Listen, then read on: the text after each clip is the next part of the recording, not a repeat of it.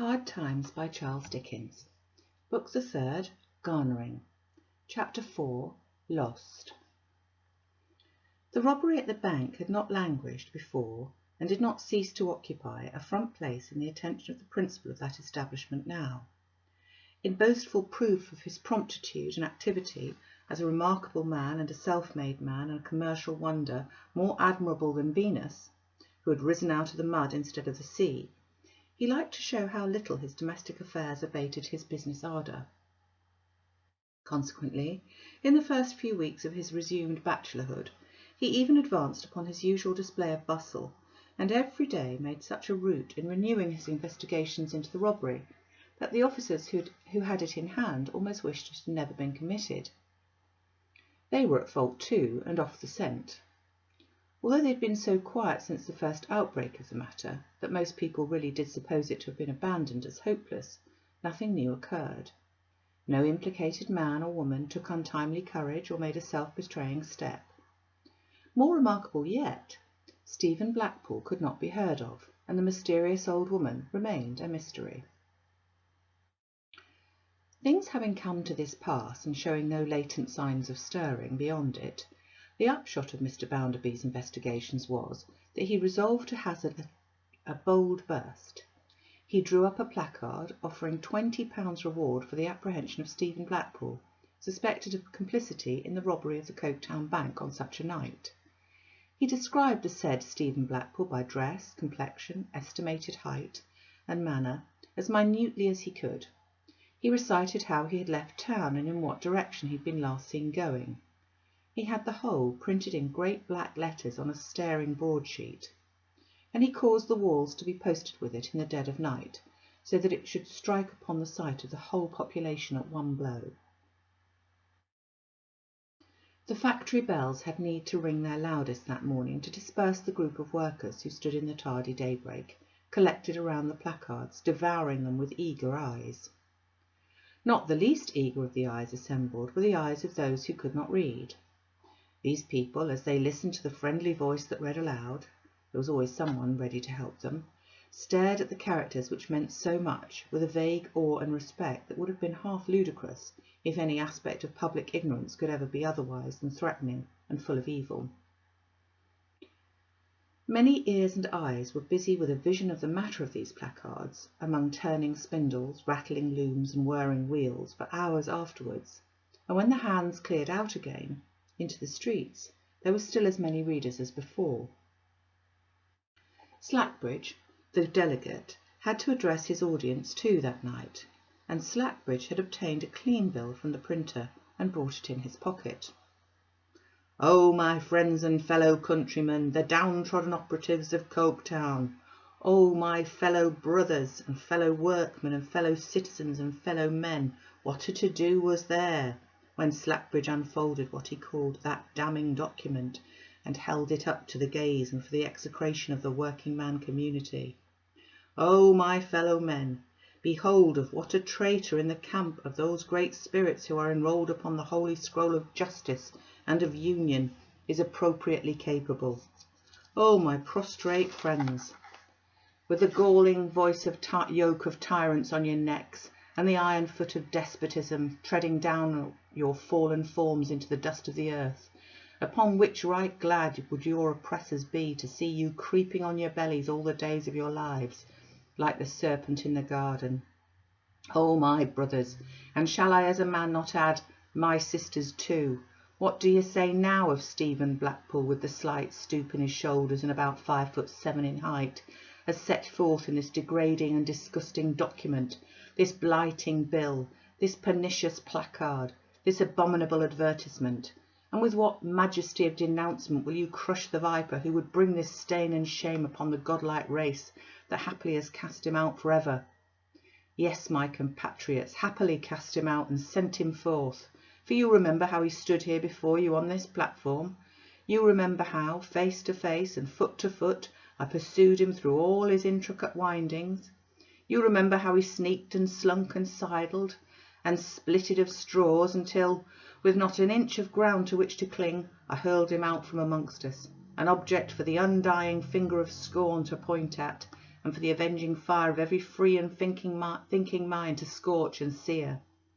And now, my friends, my labouring friends, for I rejoice and triumph in that stigma, my friends whose hard but honest beds are made in toil, and whose scanty but independent pots are boiled in hardship. And now I say, my friends, what appellation has that dastard craven taken to himself, when with the mask torn from his features he stands before us in all his native deformity? A what? A thief? A plunderer? A proscribed fugitive with a price upon his head? A fester and a wound upon the noble character of the Coketown operative? Therefore, my band of brothers in a sacred bond, to which your children and your children's children yet unborn have set their infant hands and seals, I propose to you on the part of the United Aggregate Tribunal, ever watchful for your welfare, ever zealous for your benefit, that this meeting does resolve that Stephen Blackpool, weaver, referred to in this placard, having been already solemnly disowned by the community of Coketown hands, the same are free from the shame of his misdeeds, and cannot as a class be reproached with his dishonest actions. Thus Slackbridge, gnashing and perspiring after a prodigious sort. A few stern voices called out, "No," and a score or two hailed with assenting cries of "Hear, hear." The caution from one man, "Slackbridge, you're over better in't, you're going too fast." But these were pygmies against an army. The General Assemblage subscribed to the gospel according to Slackbridge, and gave 3 cheers for him as he sat demonstratively panting at them. These men and women were yet in the streets, passing quietly to their homes, when Cissy, who had been called away from Louisa some minutes before, returned. "Who is it?" said Louisa. "It is Mr. Bounderby," said Cissy, timid of the name, "and your brother Mr. Tom, and a young woman who says her name is Rachel, and that you know her." "What do they want, Cissy dear?" "They want to see you. Rachel has been crying and seems angry." "Father," said Louisa, for he was present, "I cannot refuse to see them, for a reason that will explain itself. Shall they come in here?" As he answered in the affirmative, Cissy went away to bring them in. She reappeared with them directly. Tom was last, and remained standing in the obscurest part of the room near the door. "Mrs. Bounderby," said her husband, entering with a cool nod, "I don't disturb you, I hope. This is an unseasonable hour, but here is a young woman who has been making statements which render my visit necessary. Tom Gradgrind, your son, young Tom, refuses, for some obstinate reason or other, to say anything at all about these statements, good or bad. I'm obliging to confront her with your daughter." "You've seen me once before, young lady," said Rachel, standing in front of Louisa. Tom coughed. "You've seen me, young lady," repeated Rachel, as she did not answer. "Once before." Tom coughed again. "I have." Rachel cast her eyes proudly towards Mr. Bounderby and said, "Will you make it known, young lady, where and who was there?" "I went to the house where Stephen Blackpool lodged on the night of his discharge from his work, and I saw you there. He was there too, and an old woman who did not speak, and whom I could scarcely see, stood in a dark corner. My brother was with me." "Why couldn't you say so, young Tom?" demanded Bounderby. "I promised my sister I wouldn't," which Louisa hastily confirmed. "And besides," said the whelp bitterly, "she tells her own story so precious well, and so full, that what business had I to take it out of her mouth?" "Say, young lady, if you please," pursued Rachel, "why in an evil hour you ever came to Stephen's that night." "I felt compassion for him," said Louisa, her colour deepening, "and I wished to know what he was going to do, and wished to offer him assistance." "Thank you, ma'am," said Bounderby, "much flattered and obliged." "Did you offer him," said Rachel, "a bank note?" "Yes, but he refused it, and would only take £2 in gold." Rachel cast her eyes to Mr. Bounderby again. "Oh, certainly," said Bounderby. "If you put the question whether your ridiculous and improbable account was true or not, I'm bound to say it's confirmed." "Young lady," said Rachel, "Stephen Blackpool is now named as a thief in public print all over this town, and where else? There have been a meeting to-night where he has been spoken of in the same shameful way. Stephen, the honest lad, the truest lad, the best." Her indignation failed her, and she broke off sobbing. "I'm very, very sorry," said Louisa. "Oh, young lady," returned Rachel, "I hope you may be, but I don't know. I can't say what you may have done. The like of you don't know us, don't care for us, don't belong to us. I'm not sure why you may have come that night. I can't tell what you may have come with such aim of your own, not minding to what trouble you brought such as the poor lad. I said then, bless you for coming, and I say it of my heart, you seem to take so pitifully to him, but I don't know now, I don't know." Louisa could not reproach her for unjust suspicions. She was so faithful to her idea of the man, and so afflicted. "And when I think," said Rachel through her sobs, "that the poor lad was so grateful, thinking you so good to him, when I mind that he put his hand over his hard-working face to hide the tears that you brought up there, oh, I hope you may be sorry, and had no bad cause to be it, but I don't know, I don't know." "You're a pretty article," growled the whelp, moving uneasily in his dark corner, "to come here with these precious imputations. You ought to be bundled out for not knowing how to behave yourself, and you would be by rights." She said nothing in reply, and her low weeping was the only sound that was heard until Mr. Bounderby spoke. "Come," said he, "you know what you've engaged to do. You'd better give your mind to that, not this." "'Deed I am loath," returned Rachel, drying her eyes, "that any here should see me like this, but I won't be seen so again. Young lady, when I had read what's put in print of Stephen, and what had just as much truth in it as if it had been put in print of you, I went straight to the bank to say I knew where Stephen was, and to give a sure and certain promise that he should be here in 2 days. I couldn't meet with Mr. Bounderby then, and your brother sent me away, and I tried to find you, but you was not to be found, and I went back to work. Soon as I come out of the mill tonight, I hastened to hear what was said of Stephen, for I know with pride he'll come back to shame it. And then I went again to seek Mr. Bounderby, and I found him, and I told him every word I knew, and he believed no word I said, and brought me here." "So far that's true enough," asserted Mr. Bounderby, with his hands in his pocket and his hat on. "But I've known you people before to-day, you'll observe, and I know you never die for want of talking. Now I recommend you not so much to mind talking as you do now. You've undertaken to do something. All I remark upon that at present is, do it." "I've written to Stephen by the post that went out this afternoon, as I've written to him once before sin' he went away, and he'll be here at furthest in 2 days. "Then I'll tell you something you're not aware, perhaps, that you yourself have been looked after now, and then not being considered quite free from suspicion in this business, on account of most people being judged according to the company they keep. The post office hasn't been forgotten either. What I'll tell you is, that no letter to Stephen Blackpool has ever got into it. Therefore, what has become of yours, I leave you to guess. Perhaps you're mistaken and never wrote it." "He hadn't been gone from here, young lady," said Rachel, turning appealingly to Louisa, "as much as a week, when he sent me the only letter I've ever had from him, saying he was forced to seek work in another name." "Oh, by George," said Bounderby, shaking his head with a whistle, "he changes his name, does he? That's rather unlucky too for such an immaculate chap. It's considered a little suspicious in courts of justice, I believe, when an innocent happens to have many names." "What," said Rachel, with the tears in her eyes again, "what, young lady, in the name of mercy, has left the poor lad to do? The masters against him on one hand, the men against him on the other, he only wanting to work hard in peace and do what he felt right. Can a man have no soul of his own, no mind of his own? Must he go wrong through all wi' his side, or must he go wrong all through wi' that, or else be hunted like a hare?" Indeed, I pity him from my heart," returned Louisa, "and I hope that he will clear himself. You need have no fear of that, young lady. He is sure." "All the surer, I suppose, for your refusing to tell where he is, eh?" "He shall not, through any act of mine, come back with the unmerited reproach of being brought back. He shall come back of his own accord to clear himself, and put all those that have injured his good character, and he not here for his defence, to shame. I've told him what has been done against him," said Rachel, throwing off all the distrust as a rock throws off the sea, "and he will be here at furthest in 2 days.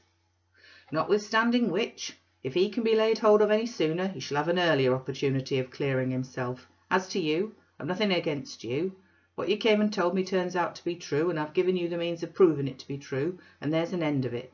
I wish you good night all. Must be off to look a little further into this." Tom came out of his corner when Mr. Bounderby moved with him, kept close to him, and went away with him. The only parting salutation of which he delivered himself was a sulky "Good night, father." With a brief speech and a scowl at his sister, he left the house. Since his sheet anchor had come home, Mr. Gradgrind had been sparing of speech. He still sat silent when Louisa mildly said, "Rachel, you will not mistrust me one day when you know me better." "It goes against me," Rachel answered in a gentler manner, "to mistrust anyone, for when I am so mistrusted, when we all are, I cannot keep such things quite out of my mind. I ask your pardon for having done you an injury. I don't think what I said now. Yet I might come to think it again with a poor lad so wronged." "Did you tell him in your letter," inquired Cissy, "that suspicion seems to have fallen upon him because he'd been seen about the bank at night? He would then know what he would have to explain on coming back, and would be ready." "Yes, dear," she returned, "but I can't guess what can have ever taken him there. He never used to go there. It was never in his way. His way was the same as mine, and not near it." "I doubt," said Rachel, "if he can be here till next day." "Then I'll come next night too," said Cissy. When Rachel, assenting to this, was gone, Mr. Gradgrind lifted up his head and said to his daughter, "Louisa, my dear, I've never, that I know of, seen this man. Do you believe him to be implicated?" "I think I've believed it, father, though with great difficulty. I do not believe it now." "That is to say, you once persuaded yourself to believe it from knowing him to be suspected, his appearance and manner. Are they so honest?" "Very honest, and a confidence not to be shaken. I ask myself, not to be," said Mr. Gradgrind, musing, "does the real culprit know of these accusations? Where is he? Who is he?" His hair had latterly begun to change its colour. As he leaned upon his hand again, looking grey and old, Louisa, with a face of fear and pity, hurriedly went over to him and sat close at his side. Her eyes, by accident, met Cissy's at that moment. Cissy flushed and started, and Louisa put her finger on her lip. Next night, when Cissy returned home and told Louisa that Stephen was not come, she told it in a whisper. Next night again, when she came home with the same account and added that he had not been heard of, she spoke in the same low, frightened tone. From the moment of that interchange of looks, they never uttered his name or any reference to him aloud, nor ever pursued the subject of the robbery when Mr. Gradgrind spoke of it. The 2 appointed days ran out. 3 days and nights ran out, and Stephen Blackpool was not come, and remained unheard of. On the 4th day, Rachel, with unabated confidence, but considering her dispatch to have miscarried, went up to the bank and showed her letter from him with his address, at a working colony, one of many, not upon the main road, 60 miles away. Messengers were sent to that place, and the whole town looked for Stephen to be brought in next day. During this whole time the whelp moved about with Mr. Bounderby like his shadow, assisting in all the proceedings. He was greatly excited, horribly fevered, bit his nails down to the quick, spoke in a hard, rattling voice, and with lips that were black and burnt up. At the hour when the suspected man was looked for, the whelp was at the station, offering to wager that he had made off before the arrival of those who were sent in quest of him, and that he would not appear. The whelp was right. The messengers returned alone. Rachel's letter had gone. Rachel's letter had been delivered. Stephen Blackpool had decamped in that same hour, and no soul knew more of him. The only doubt in Coketown was whether Rachel had written in good faith, believing that he really would come back, or warning him to fly. On this point opinion was divided. 6 days, 7 days, far on into another week, the wretched whelp plucked up a ghastly courage and began to grow defiant. Was the suspected fellow a thief? A pretty question. If not, where was the man, and why did he not come back?